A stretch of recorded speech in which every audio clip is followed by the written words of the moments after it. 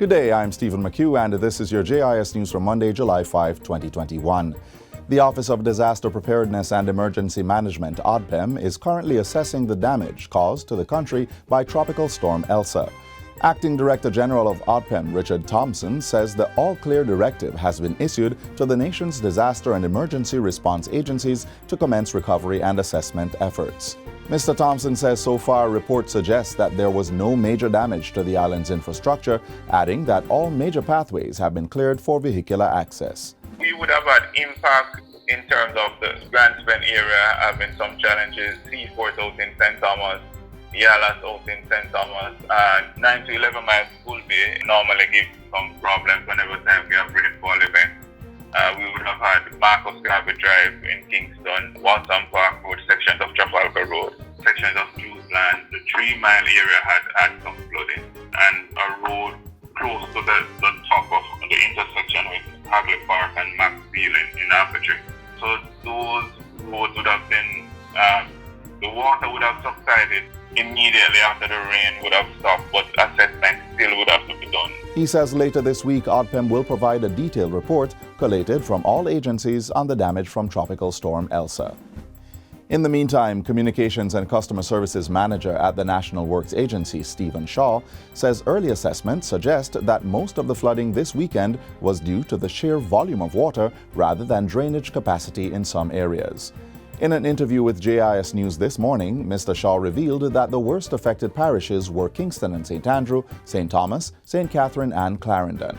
The issues really were in relation to flooding in the main. And based on our early assessment of the contribution to the flooding, it would have been, one, the sheer volume of water versus the capacity of some of the drainage features, and importantly, the amount of garbage that came down with the water in some of the areas, causing some of the drains, the inlets, the gratings and so on to be blocked, resulting in water not flowing in the drains but on roads and causing some difficulties for persons. He says cleaning and clearing activities, which started on Sunday, continued today and will go into tomorrow if necessary. In other news, 4 new fire stations will be up and operational by the end of this year. The new stations will be in Montego Bay, Port Maria, Yalas and Old Harbour.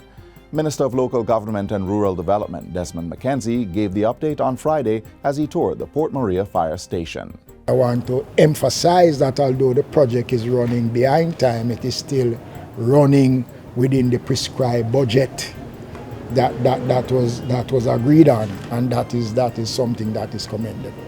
Government has launched its Green Bond Listing Pilot Project.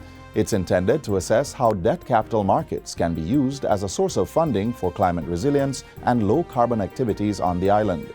Backed by the Green Climate Fund, the Caribbean Green Bond Listing on the Jamaica Stock Exchange project will support initiatives in the areas of energy efficiency, clean transportation, pollution prevention, forestry protection, and clean water.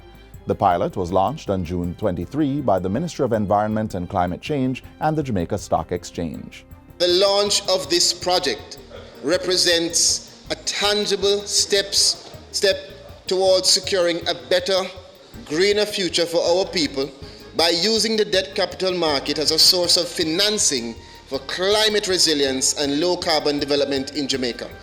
It will also signal to our developmental partners that Jamaica is committed to climate action. The pilot project will be assessed by the Green Climate Fund over a 1-year period, after which the green bonds will be listed on the Jamaica Stock Exchange. Manufacturers have been given a 3-month extension to fully comply with stipulations under the 3rd phase of the island's ban on single-use plastics. The final phase of the ban took effect on January 1 and applies to the importation, distribution, manufacture and use of commercial single-use plastic bags not exceeding 24 by 24 inches in size, as well as straws attached to beverage containers. Ahead of the implementation, Environment Minister Pernell Charles Jr. had given manufacturers until June 30 to transition their businesses due to the ongoing COVID-19 pandemic. But in Parliament Tuesday, Minister Charles revealed that the industry needed more time to make the necessary changes. While some private sector stakeholders have been able to make the necessary transitions, others have experienced challenges accessing a consistent supply of the alternatives due primarily to the disruptions in the global logistics supply chain as a result of the ongoing pandemic. In discussions with our partners in the private sector and further to the government's own assessment of the local market, it was deemed prudent to defer regulatory action with respect to the measures. And finally, Jamaica's tourism reach has been boosted with the launch of an inaugural flight from Curaçao International Airport to the Norman Manley International Airport. The new service from Jet Air Caribbean will offer direct round-trip flights every Thursday, scheduled to depart at 2:55 p.m. and arrive at 3:55 p.m. Director of Tourism at the Jamaica Tourist Board, Donovan White, says the introduction of this route is part of efforts to diversify and strengthen Jamaica's tourism product. To have this direct service from Curaçao to Kingston is extremely good for the tourism product, but I think more importantly it's a good signal that the air service and air transportation is well and truly back, having suffered really tough through the period of COVID.